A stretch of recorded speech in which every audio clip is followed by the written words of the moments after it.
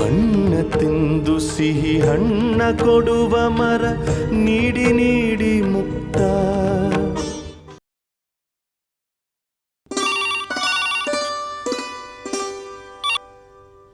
Hello, CSP's office.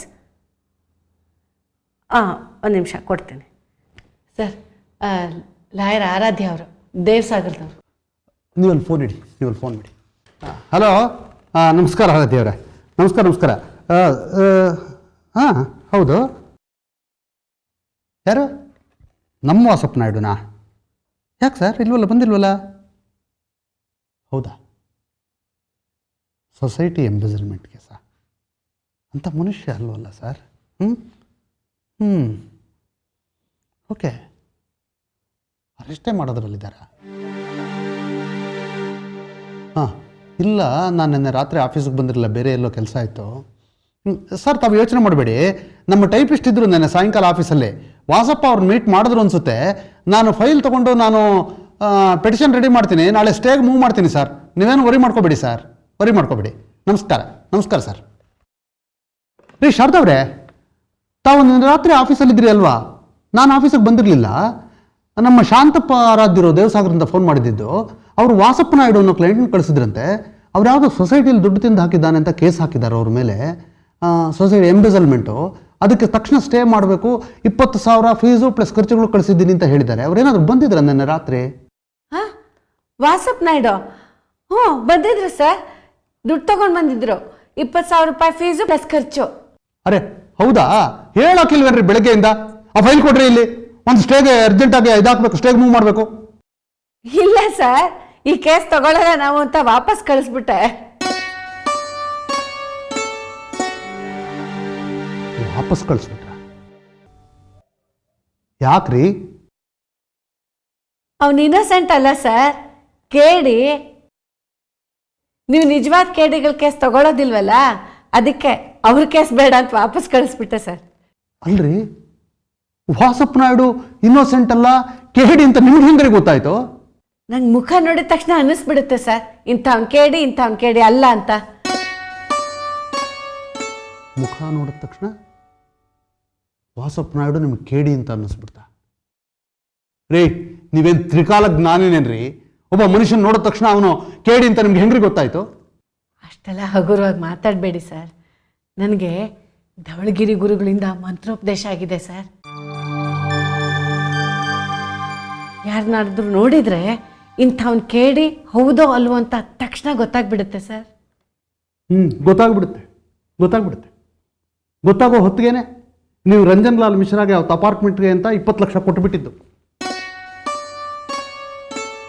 Ranjan Lal Mishra ಮುಖ ನೋಡಿದ ತಕ್ಷಣ ಅವನು ಒಳ್ಳೆಯವನು ಅಂತ ಅನ್ನಿಸ್ಬಿಡ್ತು ಸರ್. ಅದಕ್ಕೆ 20 ಲಕ್ಷ ಕೊಟ್ಟುಬಿಟ್ಟು ಅಂತ ಗಿಣಿ ಥರ ಬಾಯ್ಬಿಟ್ರೆ ಅವತ್ತು.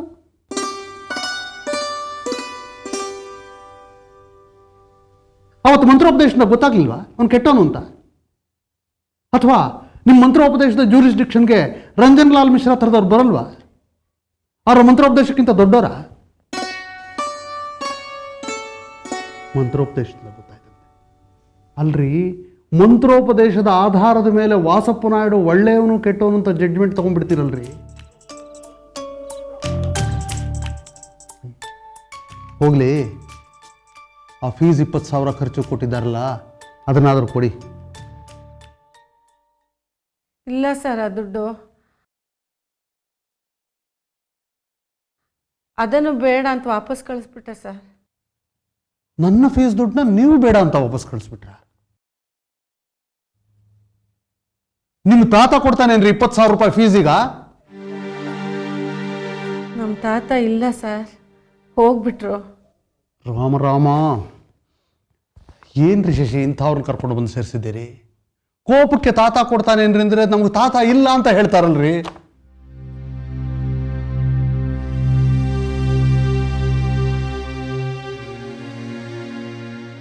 ನೋಡ್ರಿ, ನನಗೆ ಫೀಸ್ ಕೊಡೋ ಕ್ಲೈಂಟ್ಗಳೇ ಕಡಿಮೆ.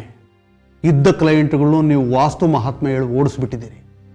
ಈಗಿರೋರೆಲ್ಲ ಈ ಶಶಿ ಅಂತ ದಗಲಬಾಜಿಗಳು ಸೇರ್ಕೊಂಡ್ಬಿಟ್ಟಿದ್ದಾರೆ ಫೀಸ್ ಕೊಡದೆ ಇರೋರು. ಅಂಥದ್ರಲ್ಲಿ ಆ ವಾಸಪ್ಪ ನಾಯ್ಡು 20,000 ರೂಪಾಯಿ ಕೊಟ್ಟರೆ ಅವನ್ನ ವಾಪಸ್ ಕಳಿಸಿದಿರಲ್ಲ ಅವನ ಕೇಡಿ ಅಂತ ಹೇಳಿಬಿಟ್ಟು ನಾನೇನ್ರಿ ತಲೆ ಚಚ್ಕೊಳ್ಳಿ? ಫೀಸ್ಗೆ ಏನ್ರಿ ಮಾಡಲಿ? ನಿಲ್ ಬ್ಯಾಲೆನ್ಸ್ ಬಂದಿದೆ, ಇವ್ರ ಕೇಸ್ಗೆಲ್ಲ ದುಡ್ಡು ಖರ್ಚು ಮಾಡಿ 20,000 ವಾಪಸ್ ಕಳಿಸಿದಿರಲ್ಲ. ನೀವು ಯಾತಕ್ರಿ ಆಫೀಸ್ಗೆ ಬಂದಿರೋದು? ಈ ಆಫೀಸ್ಗೆ ಕೆಲಸ ಮಾಡೋದಕ್ಕೂ ಬಂದಿದ್ದೀರೋ ಅಥವಾ ಇದನ್ನು ಸರ್ವನಾಶ ಮಾಡೋದಕ್ಕೂ ಬಂದಿದ್ದೀರಿ? ರೀ ಶಶಿ, ದೊಡ್ಡ ಸರ್ಟಿಫಿಕೇಟ್ ಕೊಟ್ಟು ಸೇರಿಸ್ಬಿಟ್ಟಲ್ರಿ ಇವ್ರನ್ನ, ಮಹಾಮೇಧಾವಿ ಅಂತ. ನೋಡ್ರಿ ಇವ್ರು ಮಾಡೋ ಕೆಲಸ. ರೇ ಶಾರದಾ ಶ್ರೀಕಂಠಮೂರ್ತಿಯವರೇ, ಇನ್ನೊಂದು 3 ತಿಂಗಳು ನೀವು ನಮ್ಮ ಆಫೀಸಲ್ಲಿದ್ದರೆ ನಾನು ನೀವು ಇಬ್ಬರು ತಲೆ ಬೋಳಿಸ್ಕೊಂಡು ದೇಶಾಂತರ ಹೊರಟೋಗ್ಬೇಕಾಗುತ್ತಷ್ಟೇ.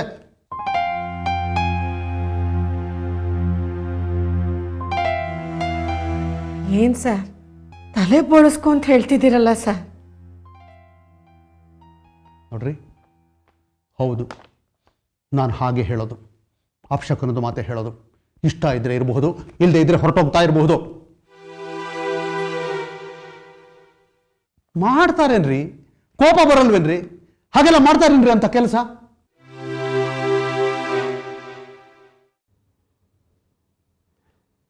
ನನಗೆ ಗೊತ್ತಾಗಲಿಲ್ಲ ಸರ್. ಕೇಡಿಗಳ ಕೇಸ್ ತಗೊಂಡ್ರೆ ನಿಮಗೆ ಕೆಟ್ಟ ಹೆಸರು ಬರಬಾರ್ದಲ್ಲ, ಅದಕ್ಕೆ ನಾನು ಹಾಗೆ ಮಾಡಿದೆ ಸರ್. ಒಳ್ಳೆಯ ಉದ್ದೇಶದಿಂದ ಮಾಡಿದೆ ಸರ್. ರಾಮ, ಇದು ಬೇರೆ. ನನ್ನ ಹಿತದೃಷ್ಟಿಯಿಂದ ನನ್ನನ್ನು ಸರ್ವನಾಶ ಮಾಡೋದು ನೀವು.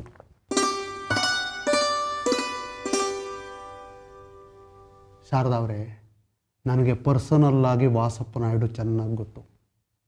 ಗಾಂಧಿ ಥರದ ಮನುಷ್ಯ ಆತ, ಕೇಡಿ ಅಲ್ಲ. 26 ವರ್ಷದಿಂದ ಅವ್ರು ನನಗೆ ಗೊತ್ತ್ರಿ. ಅಲ್ಲ, ಡೈರೆಕ್ಟರ್ಗಳಿದ್ದಾರಲ್ಲ, ಅವರು ಮೋಸಗಾರರು. ಅವರು ದುಡ್ಡು ತಿಂದು ಸೊಸೈಟಿನಲ್ಲಿ ವಾಸಪ್ಪ ನಾಯ್ಡು ಮೇಲೆ ಹಾಕಿದ್ದಾರೆ. ತುಂಬ ಇನ್ನೋಸೆಂಟ್ ಕಂಡ್ರಿ ಅವರು. ಅವ್ರ ಮೇಲೆ ನೀವು ಕೇಡಿ ಅಂತ ಜಡ್ಜ್ಮೆಂಟ್ ಕೊಟ್ಟು ಕಳಿಸ್ಬಿಟ್ರಿ, ಯಾರ್ದೋ ಮಂತ್ರೋಪದೇಶ ಕೇಳ್ಕೊಂಡು. ಈಗ ಹೇಳಿ, ಏನು ಮಾಡೋದು? ಹೇಗ್ರಿ ಈಗ? ಪೈಸಾ ಇಲ್ಲ, ಹಂಗಾಗಿದೆ. ಎಲ್ಲಿ ಹುಡುಕು?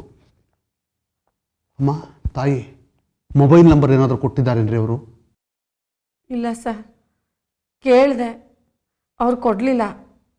ಅವ್ರಿಗೆ ಯಾತಕ್ಕೋ ಕೋಪ ಬಂದಿತ್ತು, ಕೋಪ ಮಾಡ್ಕೊಂಡು ಹೊರಟೋದ್ರು ಸರ್. ಈಗ ಏನು ಮಾಡಲಿ ಹೇಳಿ? ಆ ವಾಸಪ್ಪ ನಾಯ್ಡುವನ್ನು ಹೇಗೆ ಕಾಂಟ್ಯಾಕ್ಟ್ ಮಾಡೋದು ಇವಾಗ?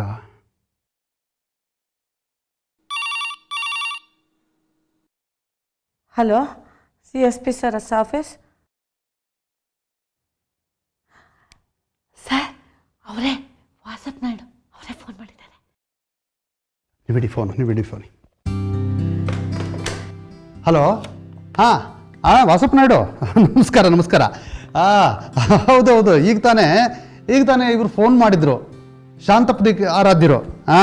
ಗೊತ್ತಾಯ್ತು. ಪಾಪ ರೀ, ತಮ್ಮಂಥವ್ರ ಮೇಲೆ ಕೇಸ್ ಹಾಕಿದ್ರೆ ಹೇಗೆ? ಕ್ರಿಮಿನಲ್ ಕೇಸ್ ಅರೆಸ್ಟ್ ಮಾಡೋಕೆ ಬಂದಿದ್ದಾರಂತೆ. ನೀವು ಹೆದರ್ಕೋಬೇಡಿ. ನೀವು ಆ 20,000 ಫೀಸು ಖರ್ಚು ಕಳಿಸಿದ್ದೀನಿ ಅಂತ ಹೇಳಿದ್ರು ಶಾಂತಪ್ಪ ಆರಾಧ್ಯರು.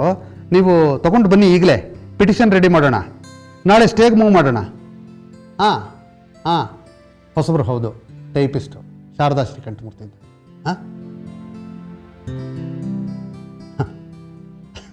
ಅವರು ಸ್ವಲ್ಪ ಹಾಗೆ. ನೀವು ಬನ್ನಿ ಮಾತಾಡೋಣ ಬಸಪ್ಪ. 20,000 ಖರ್ಚು ತೊಗೊಂಡು ಬನ್ನಿ.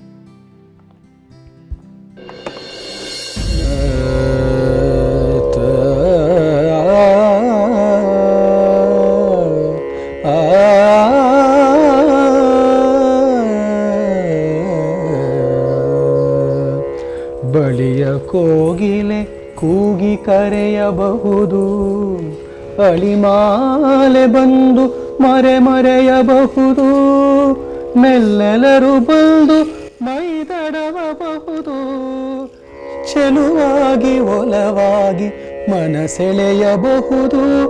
ಆದರೂ ಬದಲದಿರು ಕದಲದಿರು ನೀನು, ಮೋಹಮಾಯೆಗೆ ಸಿಲುಕದೆಯೇ ನಿಲ್ಲು.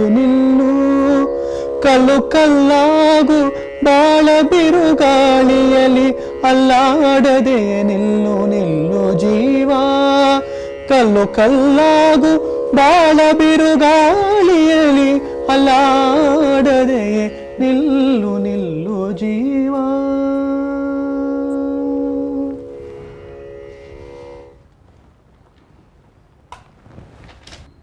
ಕಲ್ಯಾಣಿ,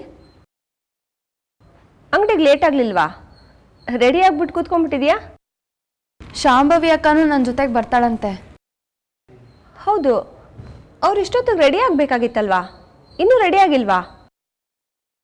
ಶಾಂಭವಿ ಅಕ್ಕ ಸ್ಕೂಲ್ಗೆ ಹೋಗ್ತಿಲ್ಲ, ಯಾರ್ದೋ ಎಂಗೇಜ್ಮೆಂಟ್ಗೆ ಹೋಗ್ಬೇಕಂತೆ, ರೆಡಿ ಆಗ್ತಿದ್ದಾಳೆ. ಎಂಗೇಜ್ಮೆಂಟಾ? ಯಾರ್ದು? ಅದೇ ಅದಕ್ಕೆ ನೀವು ಅವತ್ತು ಇರಲಿಲ್ಲ. ಚಿತ್ರಲೇಖ ಬಂದು ಇನ್ವೈಟ್ ಮಾಡಿದ್ಲು. ಅವ್ರ ಸ್ಕೂಲ್ ಕೊಲೀಗು ಶ್ಯಾಮಲಾ ಅಂತ ಕ್ಲರ್ಕ್ ಆಗಿದ್ದಾರೆ, ಅವ್ರ ಎಂಗೇಜ್ಮೆಂಟ್ ಇವತ್ತು. ಶಮ್ಮಿ ಫೇವ್ರೆಟ್ ಚಿತ್ರಲೇಖ. ಫೇವ್ರೇಟಾ? ಯಾಕೆ? ಅವತ್ತು ಫಸ್ಟ್ ಟೈಮ್ ಅವ್ರು ಚಿತ್ರಲೇಖ ಅವ್ರ ಮನೆಗೆ ಬಂದಾಗ ನೀವಿರಲಿಲ್ಲ. ಅವ್ರು ಮಾತಾಡೋದು ನೋಡಿ ಶಮ್ಮಿಗೆ ಫುಲ್ ಇರಿಟೇಟ್ ಆಗೋಗ್ಬಿಡ್ತು. ಆದರೆ ಇವಾಗ ಶಮ್ಮಿಗೂ ಚಿತ್ರಲೇಖ ಇಷ್ಟಾನೇ. ಅವರು ಸುಮ್ಮನೆ ತಮಾಷೆಯಾಗಿ ಮಾತಾಡ್ತಾ ಇರ್ತಾರೆ. ರೂಢಿ ಇಲ್ಲದೆ ಇದ್ದವ್ರಿಗೆ ಒಂದ್ಸಲ ಶಾಕ್ ಆದಾಗ ಆಗುತ್ತಷ್ಟೆ. ಅಕ್ಕ ಆಯ್ತಾ? ಬಂದೆ. ಮಾಲ್ತಿ, ಸ್ವಲ್ಪ ಕಾಫಿ ಕೊಡ್ತೀಯಾ? ಶಶಿ, ಕೋರ್ಟ್ ಇಲ್ವನಾಯ್ತು? ಇದೆ ಅಣ್ಣ, ಸ್ವಲ್ಪ ಲೇಟಾಗಿ ಹೋಗಬೇಕು. CSP ಸರ್ ಆಫೀಸ್ಗೆ ಹೋಗಿ ಅವ್ರ ಜೊತೆನೇ ಹೋಗ್ತೀನಿ. ಏನಣ್ಣ ಬ್ರೀಫ್ ಕೇಸ್ ಎಲ್ಲ ಇಟ್ಕೊಂಡು ಏನೋ ತುಂಬ ಟೆನ್ಷನಲ್ಲಿ ಇದೆಯಾ? ಅಣ್ಣ, ಇವತ್ತು ಒಂದು ಇಂಟರ್ನ್ಯಾಷನಲ್ ಕಾನ್ಫರೆನ್ಸ್ ಇದೆ, ಕೆಲಸ ಜಾಸ್ತಿ. ತಗೊಳ್ಳಿ. ಮಾಲ್ತಿ, ಇವತ್ತು ನಾನು ಬರೋದು ಸ್ವಲ್ಪ ಲೇಟ್ ಆಗೋದು. ಊಟಕ್ಕೆ ಕಾಯ್ಬೇಡ್ರಿ, ನೀವು ಮಾಡ್ಕೊಳ್ಳಿ. ಹಾಂ, ಹೌದಾ? ಬೇಗ ಬಂದಿದ್ರೆ ಸಿಟಿ ಕಡೆ ಹೋಗಿ ಬರೋಣ ಅನ್ಕೊಂಡಿದ್ದೆ. ನೋ ಚಾನ್ಸ್, ಇವತ್ತಾಗಲ್ಲ, ಇನ್ಯಾವತ್ತು ತರೋಣ. ಓಕೆ,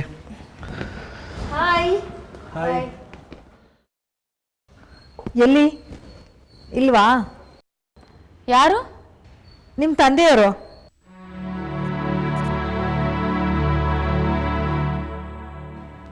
ಹೊರಗೆ ಹೋಗಿದ್ದಾರೆ. ಅವರೇ ಅಪ್ಪ, ಈ ಮನೇಲಿ super, full busy with no work.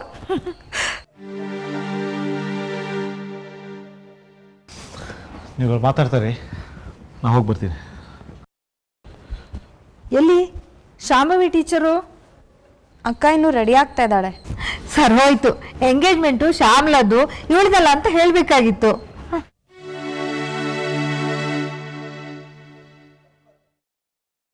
ಮೊದಲೇ ಗೊತ್ತಿದ್ರೆ ನಾನು ಸ್ವಲ್ಪ ಲೇಟಾಗಿ ಬರ್ತಾ ಇದ್ದೆ. ಮನೇಲಿ ದೋಸೆ ತಿಂಡಿಗೆ ನನಗೆ ಲೇಟ್ ಆಗುತ್ತೆ, ನೀವೇ ದೋಸೆ ಹಾಕ್ಕೊಳ್ಳಿ ಅಂತ ನಮ್ಮ ಯಜಮಾನ್ರಿಗೆ ಹೇಳ್ಬಿಟ್ಟು ಬಂದೆ. ಮಾಲ್ತಿ, ಮಾಲ್ತಿ, ಬಂದೆ. ಏನ್ರಿ? ಶೂಸ್ ಅಲ್ಲೇ ಒಳಗೂ ಇಲ್ಲ, ಇಲ್ಲೂ ಇಲ್ಲ, ಎಲ್ಲೂ ಹೋಯ್ತು? ನನ್ಗೇನು ಗೊತ್ತು? ನಿನ್ಗಲ್ದೆ ಪಕ್ಕದ ಮನೆಯವ್ರಿಗೆ ಗೊತ್ತಿರುತ್ತೆ. ಅದಕ್ಕೆ ಯಾಕೆ ರೇಗ್ತೀರಾ? ಈ ಮನೇಲಿ ಒಂದು ವಸ್ತು ಇರೋ ಕಡೆ ಇರೋದಿಲ್ಲ, ಮೊದಲೇ ಇರ್ತೀಯ, ನೋಡ್ಕೊಳಕ್ಕಾಗಲ್ವಾ? ನಿಮ್ಗೆ ಮರುವು ಜಾಸ್ತಿ. ಎಲ್ಲೆಲ್ಲ ಇಟ್ಬಿಟ್ಟು ನನ್ನ ಮೇಲೆ ರೇಗಾಡಿದ್ರೆ ನಂಗೆ ದಿವ್ಯ ದೃಷ್ಟಿ ಇರುತ್ತಾ? ಹೇಮಗಿರಿಲಾದ್ರೆ ನಾನು ಕೆಲ್ಸಕ್ಕೆ ಹೋಗ್ತಾ ಇದ್ದೆ, ನಂಗೆ ಮರ್ಯಾದೆ ಇರ್ತಿತ್ತು. ಇಲ್ಲಿ ಮನೆಯಲ್ಲೇ ಕೂತ್ಕೊಂಡು ಬಿಟ್ಟು ಕೂಲ್ ತಿಂತೀನಲ್ಲ, ಅದಕ್ಕೆ ಕೆಲ್ಸದೋಳ್ ತರ ನೋಡ್ತೀರಾ? ಮಾಲ್ತಿ, ಏನಾಯ್ತು? ಮೊದಲೇ ಲೇಟ್ ಆಗಿದೆ ಅಕ್ಕ, ಇಲ್ಲಿ ಶೂ ಕಾಣಿಸ್ತಾ ಇಲ್ಲ.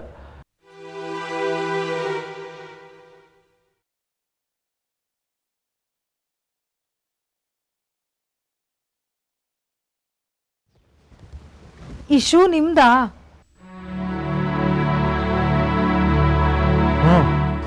ಶಶಿದು ಅಂತ ಅಲ್ಲಿ ಬಚ್ಚಿಟ್ಬಿಟ್ಟಿದ್ದೆ, ಸಾರಿ.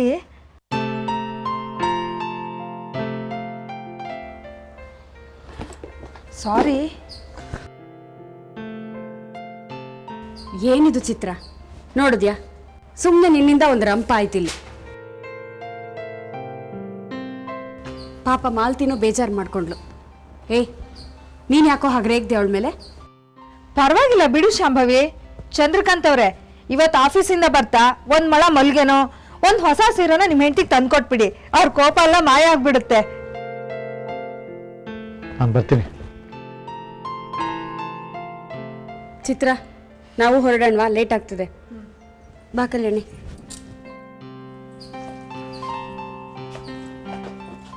ಬರ್ತೀವ ಶಶಿ? ಅಕ್ಕ ಅಕ್ಕ ಒಂದು ನಿಮಿಷ. ಏನು ಇಷ್ಟು ಚೆನ್ನಾಗಿ ಡ್ರೆಸ್ ಮಾಡ್ಕೊಂಡು ಲಾರಿ ಗ್ಲಾಸ್ ಯಾಕೆ ಹಾಕೊಂಡು ಹೋಗ್ತಿದ್ಯಾ? ತೆಗಿಯೋದನ್ನ. ಬೇಡ, ತಗೋಳ. ಸರಿ, ಬೈ. ಎಷ್ಟೊಂದು ಬಿಸಿಲಲ್ವಾ? ಬಾಯಾರಿಕೆ ಆಗ್ತಿದೆ, ಒಂದು ಲೋಟ ನೀರು ಕೊಡೆ. ತರ್ತೀನಿ, ಒಂದು ನಿಮಿಷ.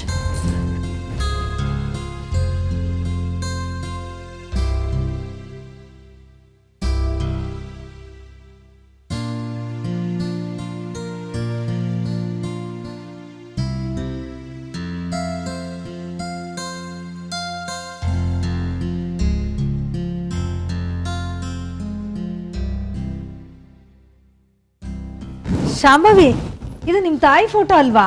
ಹ್ಞೂ, ನೋಡೋದಕ್ಕೆ ನಿಂತರನೇ ಇದ್ದಾರೆ. ನೋಡೋದಕ್ಕೆ ಮಾತ್ರ. ಯಾಕೆ? ಅವರಷ್ಟು ಒಳ್ಳೆ ಗುಣ ತಾಳ್ಮೆ ನನಗಿಲ್ಲ ಕಣೆ. ಅದಕ್ಕೆ ಅಮ್ಮ ಅಂತ ಹೇಳೋದು. ಅದು ಸರಿ, ಏನಿವತ್ತು ಮೇಡಮು ಇಷ್ಟೊಂದು ಲಕ್ಷಣವಾಗಿ ಕಾಣ್ತಿದ್ದೀರಿ? ನನ್ನ ತಂಗಿ ಎಂಗೇಜ್ಮೆಂಟ್ಗೆ ಅಂತ ತೊಗೊಂಡಿದ್ದು. ಏನು? ನನ್ನ ತಂಗಿ ಕಲ್ಯಾಣಿದ ಎಂಗೇಜ್ಮೆಂಟ್ ಆಯಿತು. ಓ, ದಟ್ಸ್ ವೆರಿ ಬ್ಯಾಡ್. ನಮಗೆಲ್ಲ ಹೇಳಲೇ ಇಲ್ಲ ನೀನು. ಫ್ರೆಂಡ್ಸನ್ನು ಕರೆದ್ರೆ ಒಬ್ಬೊಬ್ಬರು ಒಂದೊಂದು ಥರ ಮಾತಾಡ್ತಾರೆ. ಅದು ಹಾಗಿತ್ತು, ಇದು ಹೀಗಿತ್ತು ಅಂತ ಸುಮ್ಮನೆ ಕಮೆಂಟ್ ಮಾಡ್ತಾ ಕೂತಿರ್ತಾರೆ. ಅದು ಅಲ್ಲದೆ ನನ್ನ ಫ್ರೆಂಡ್ಸು ಕೊಲೀಗ್ಸ್ನ ಕರೆದ್ರೆ ನಿನಗಿಂತ ಮುಂಚೆ ನಿನ್ನ ತಂಗಿ ಎಂಗೇಜ್ಮೆಂಟ್ ಆಯಿತು ಅಂತ ಸಾಂತ್ವನ ಹೇಳೋದು, ಅತಿಯಾಗಿ ಪ್ರೀತಿ ತೋರಿಸೋದು ಮಾಡ್ತಿರ್ತಾರೆ. ಈ ಸಂಕಟ ಎಲ್ಲ ಯಾಕೆ ಅನುಭವಿಸೋದು ಅಂತ ಯಾರನ್ನೂ ಕರೆಯೋಕ್ಕೆ ಹೋಗಲಿಲ್ಲ. ಹೀಗೆ ಹೇಳಿ ನಕ್ಬಿಟ್ರೆ ನಿನ್ನ ಮನಸ್ಸಲ್ಲಿರೋ ನೋವು ಗೊತ್ತಾಗಲ್ಲ ಅನ್ಕೊಂಡ್ಯಾ?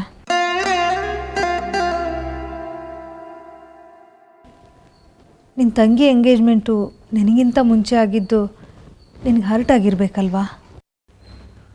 ಇಲ್ಲ, ಖಂಡಿತ ಇಲ್ಲ. ಅವಳ ಎಂಗೇಜ್ಮೆಂಟ್ ಆಗಿದ್ದು ನನ್ನ ಮನಸ್ಸಿಗೆ ತುಂಬ ನೆಮ್ಮದಿ ಅನ್ನಿಸ್ತು. ಎಲ್ಲ ಅವಳು ನನ್ನ ಹಾಗೆ ಉಳ್ಕೊಂಡು ಬಿಡ್ತಾಳು ಅಂತ ಆತಂಕ ಶುರುವಾಗ್ಬಿಟ್ಟಿತ್ತು. ಆದರೂ ನಿನ್ನ ಮನಸ್ಸಿಗೆ ನೋವಾಗಿರ್ಬೇಕಲ್ವಾ?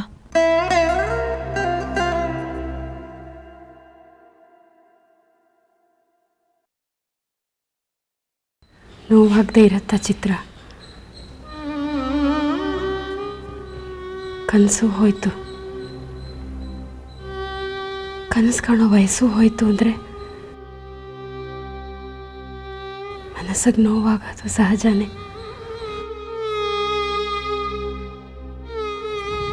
ತುಂಬ ಪೆಸಿಮಿಸ್ಟಿಕ್ ಆಗಿ ಯೋಚನೆ ಮಾಡಬೇಡ. ನಿನ್ಗೇನಂತ ವಯಸ್ಸಾಗಿರೋದು? ಏನು ಹೇಳ್ತಿದ್ಯಾ ಚಿತ್ರ? ನನಗೆ 35 ವರ್ಷ. ಶಾಂಭವಿ, ನಿನಗೇನು ಕಮ್ಮಿ ಆಗಿದೆ? ನೀನು ನೋಡೋಕ್ಕೆ ಚೆನ್ನಾಗಿದೆಯಾ, ಎಜುಕೇಟೆಡು, ದುಡಿತಾ ಇದೆಯಾ, ಕಲ್ಚರ್ಡು. ನಿನಗೆ ಯಾಕೆ ಗಂಡು ಸಿಗಲ್ಲ? ಮೊದಲು ಗಂಡು ನೋಡ್ತಾಯಿದ್ರು, ಯಾವ ಸಂಬಂಧನೂ ಆಗಿ ಬರಲಿಲ್ಲ. ಯಾರಾದರೂ ಮ್ಯಾರೇಜ್ ಬ್ರೋಕರ್ ಮೂಲಕ ಗಂಡು ಹುಡುಕ್ತಿದ್ರಾ ಮುಂಚೆ? ಇಲ್ಲ, ಹೀಗೆ ನೆಂಟರ ಮೂಲಕ, ಪರಿಚಯಸ್ಥರ ಮೂಲಕ. ನೀನು ಇಷ್ಟಪಡೋ ಅಂಥ ಗಂಡು ಪ್ರಪಂಚದ ಯಾವ ಮೂಲೆಯಲ್ಲಿ ಬೇಕಾದರೂ ಇರ್ಬೋದಲ್ವಾ? ಅದೆಲ್ಲ ಗೊತ್ತಾಗೋದು ಹೇಗೆ ನಿನಗೆ? ಆ ಕನೆಕ್ಷನ್ನ ಎಸ್ಟಾಬ್ಲಿಷ್ ಮಾಡೋದೇ ಇಂಟರ್ನೆಟ್. ಇಂಟರ್ನೆಟ್ಟಲ್ಲಿ ಹೇಗೆ? ತುಂಬ ಸಿಂಪಲ್ಲು.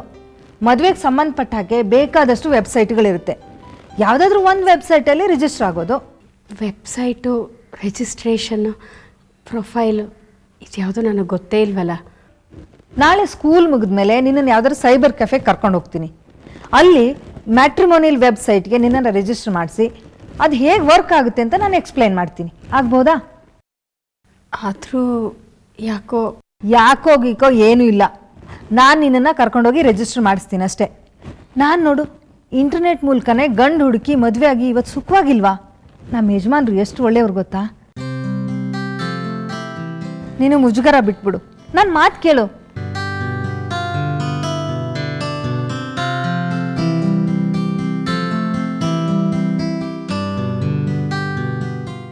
ಬಣ್ಣ ತಿಂದು ಸಿಹಿ ಹಣ್ಣ ಕೊಡುವ ಮರ ನೀಡಿ ನೀಡಿ ಮುಕ್ತ